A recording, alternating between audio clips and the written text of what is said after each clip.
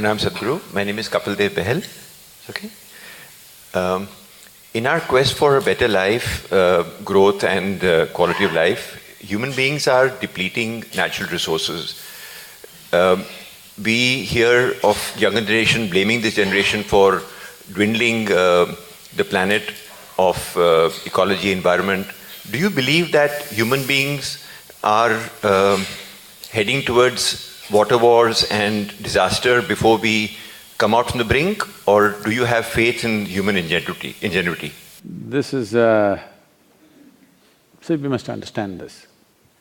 We are talking about all kinds of things. Right now, they're negotiating hard in Paris, where India and the other countries, which are called as the basic countries, which essentially, this is an idea that we've been talking about for the last 20 years. I've been speaking about this at various forums, saying that let's talk per capita division of consumption and carbon footprint.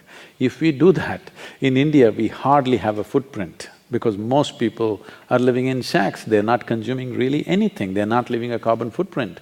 If the man disappears tomorrow, he's not left a footprint, all right? But they want a different kind of thing. This is a deal which has to be hard negotiated, that's happening. Leaving this aside, what you're trying to ultimately do is to curtail human aspiration. You will not succeed, believe me.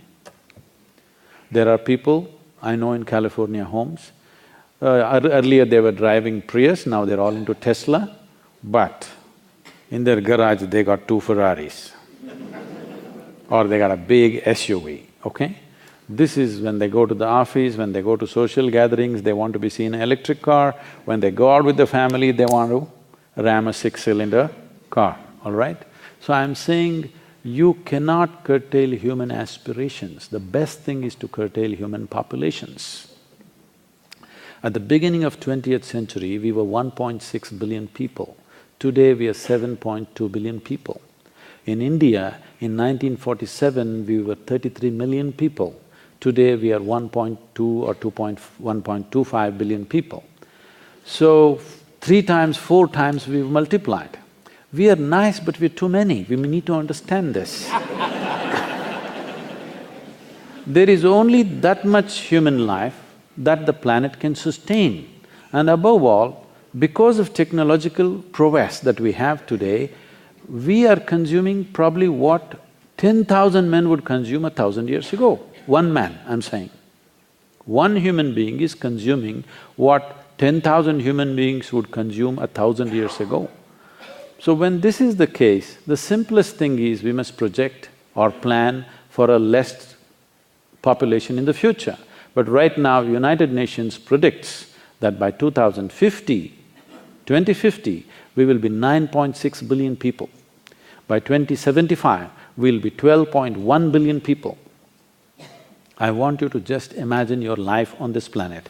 You and me may not be here, but if this projection becomes a reality, our children and their children do what you want, they cannot live well.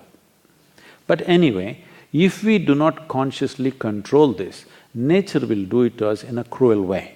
It's not that we will be allowed to simply spawn like this, something will happen, all right? Something will happen that we don't know how to handle, and cruel ways of things will happen.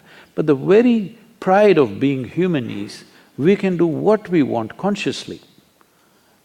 It is something we need to take up, every world leader has to take this up. The leadership on the planet, in this Paris meetings of going on talking about how much will you consume, how much will I consume, what do you have to do, why don't we say by 2050, we will be 4 billion, not 9.6 billion, why not?